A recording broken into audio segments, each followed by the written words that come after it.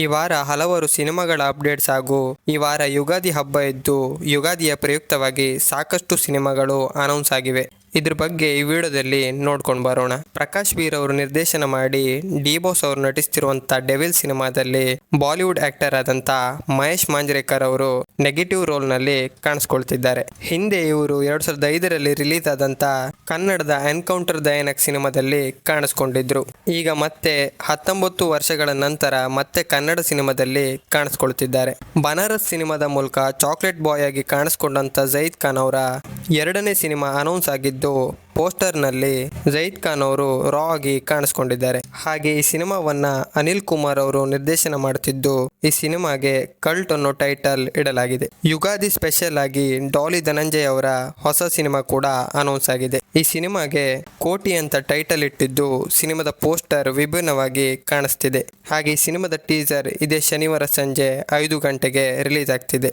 After case of Kondana ಒಂದೊಳ್ಳೆ cinema ಆದ್ಮೇಲೆ ಈಗ ಮತ್ತೆ ವಿಜಯ್ ರಾಘವೇಂದ್ರ ಅವರು ಮತ್ತೊಂದು ಒಂದೊಳ್ಳೆ ಸ್ಕ್ರಿಪ್ಟ್ ಜೊತೆಗೆ ಬರ್ತಿರೋ ಹಾಗೆ ಕಾಣಿಸ್ತಿದೆ. ವಿಜಯ್ ರಾಘವೇಂದ್ರ ಅವರ ರಿಪ್ಪನ್ ಸ್ವಾಮಿ ಅನ್ನೋ ಟೈಟಲ್ ಇರುವಂತ ಸಿನಿಮಾ ಅನೌನ್ಸ್ ಆಗಿದ್ದು ಸಿನಿಮಾದ ಪೋಸ್ಟರ್ ತುಂಬಾ ರಾ ಆಗಿ ಕಾಣಿಸ್ತಿದೆ. ಈ ಸಿನಿಮಾವನ್ನ ಕಿಶೋರ್ ಮೂಡ್ಬಿದ್ರೆ ಅವರು ನಿರ್ದೇಶನ ಮಾಡ್ತಿದ್ದಾರೆ. ಇನ್ನೇನು ದುನಿಯಾ ವಿಜಯ್ ಅವರ ಭೀಮಾ ಸಿನಿಮಾ ರಿಲೀಸ್ಗೆ ರೆಡಿ ಆಗಿದ್ದು ಇದಕ್ಕೂ ಮುಂಚೆ ದುನಿಯಾ ವಿಜಯ್ ಅವರ 29ನೇ ಸಿನಿಮಾ ಅನೌನ್ಸ್ ಆಗಿದೆ. ಈ ಸಿನಿಮಾವನ್ನ ಜಡೇಶ್ ಕೆ ಹಂಪಿ ಅವರು ನಿರ್ದೇಶನ ಮಾಡ್ತಿದ್ದಾರೆ. ಹಾಗೆ ಈ ಸಿನಿಮಾವನ್ನ ಸಾರಥಿ ಸಿನಿಮಾದ ಪ್ರೊಡ್ಯೂಸರ್ ಆದಂತ ಸತ್ಯಪ್ರಕಾಶ್ ಅವರು ನಿರ್ಮಾಣ ಮಾಡ್ತಿದ್ದಾರೆ. ಹಾಗೆ ಈ ಸಿನಿಮಾದಲ್ಲಿ ಡೇರ್ ಡೆವಿಲ್ ಮುಸ್ತಫಾ ಖ್ಯಾತಿಯ ಶಿಶಿರ್ ಅವರು ಹಾಗೂ ದುನಿಯಾ ವಿಜಯ್ ಅವರ ಪುತ್ರಿ ಕೂಡ ಕಾಣಿಸ್ಕೊಳ್ತಿದ್ದಾರೆ.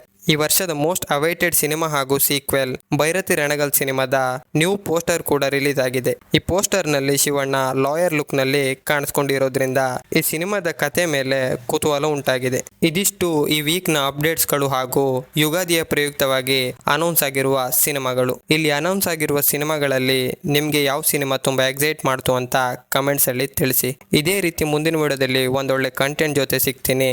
ಅಲ್ಲಿವರೆಗೂ ಚಾನಲ್ ಇಷ್ಟ ಆದ್ರೆ ಸಬ್ಸ್ಕ್ರೈಬ್ ಮಾಡ್ಕೊಳ್ಳಿ ಅಂತ ಹೇಳ್ತಾ ಈ ವಿಡಿಯೋನ ಮುಗಿಸ್ತಾ ಇದ್ದೀನಿ.